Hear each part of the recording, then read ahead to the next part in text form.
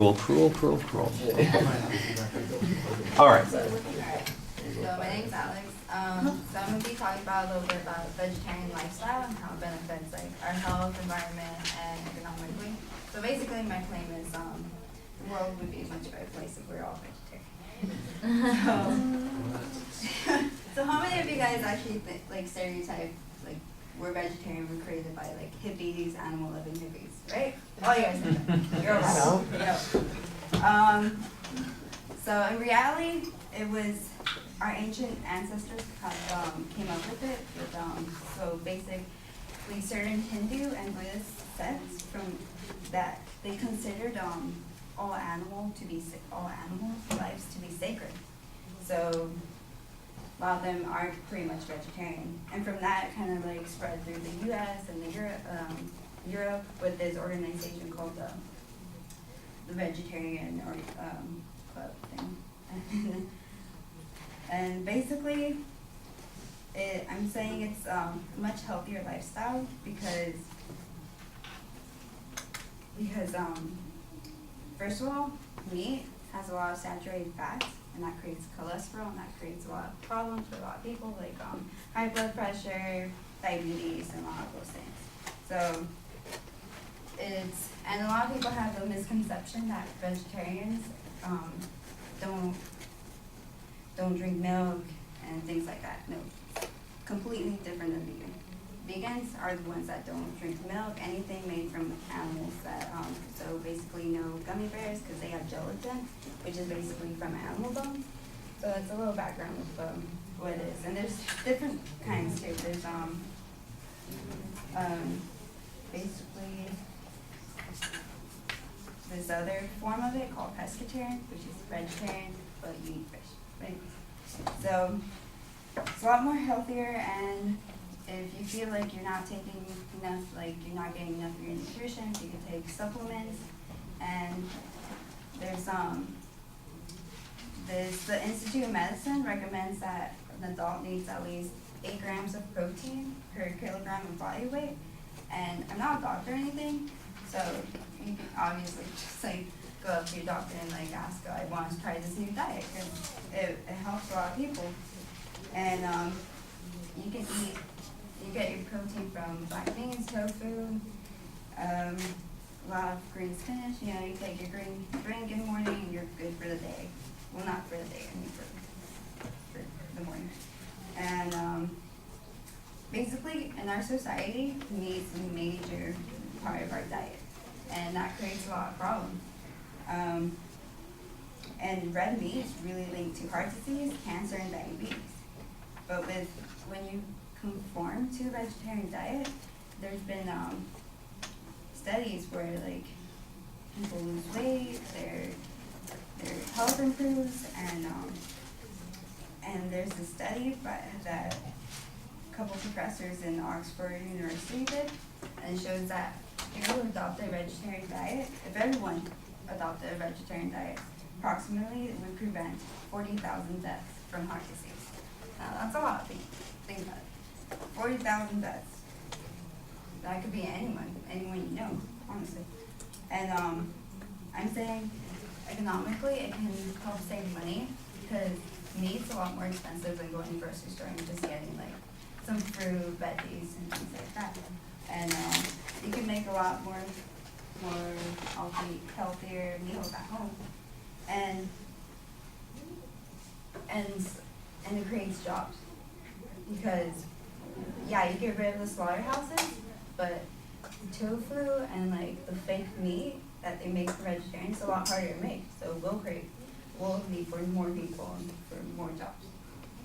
And environmentally, I would say it says here that nearly 80% of all land was deforested in the Amazon and is now used for cattle pasture. So 80% of the Amazon is gone just because they had to use it for overproduction of our meat. And meat is it's a big cause for carbon release in the atmosphere. And according to the United Nations, raising livestock for food uses 30% of the Earth's mass, and that's more. And it uses more than 2,400 gallons of water to produce only 1 pound of meat versus 25 gallons of water for a pound of wheat. That's a big difference, honestly. And it just overall, it would just improve production and mainly our health, because that's a big issue right now, especially with there's this thing that I read where it was saying 1/3 of every child is overweight or obese, and we don't want our like sisters or family members, younger ones growing up in a world where they're gonna like have health issues. So converting to a vegetarian lifestyle or diet is really gonna improve that. That's it.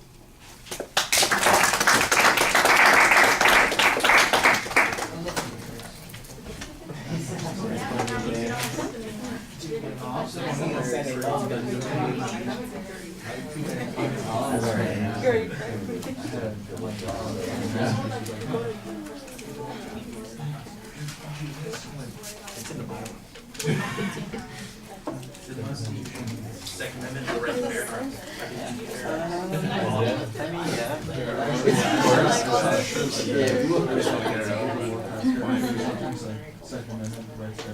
What's the worst that could happen, right?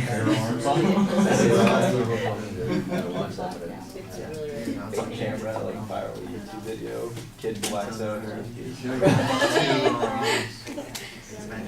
Sick, like at least 1 million views like in 2 days. All right, Alex, you do finally state, after kind of a slow developing introduction, a propositional statement that says the world would be a better place if we were vegetarians. I think that's probably a value claim that, as you're presenting it, I think there's a claim of fact built in there. I think there's a claim of fact built in there that would be able to... There's a weird echo going on in here, because when I talk, it's like I sound like different people on the other side of the room. And that shouldn't be happening. All right.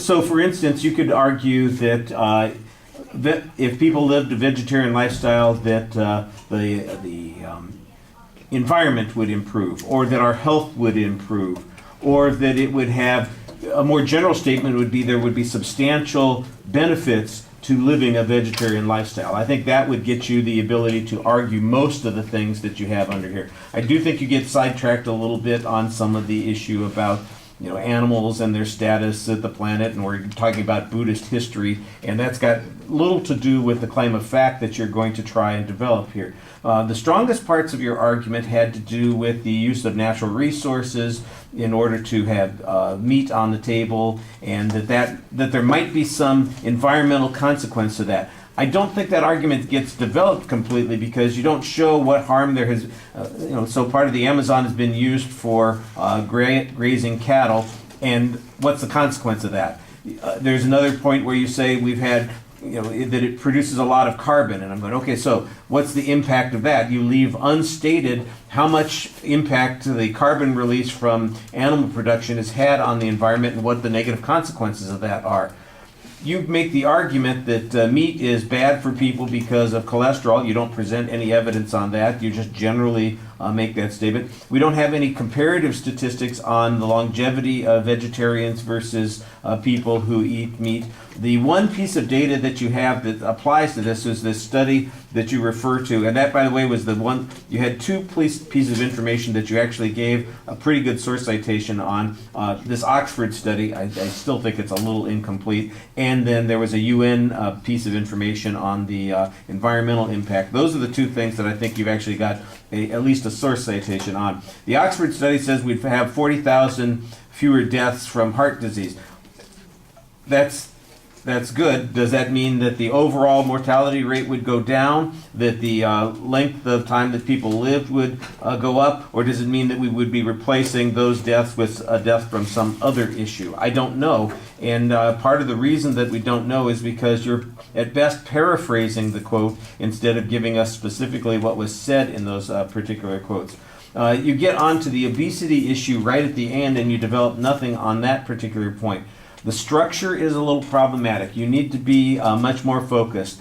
So if your claim was there would be substantial benefits for the planet if we all became vegetarians, and your secondary claims would be we would have substantial health benefits for human beings, we'd have substantial environmental benefits for the planet, and we would reduce global warming or something like that, that would be a little bit easier to follow. As it is, it feels like we're wandering around on the subject.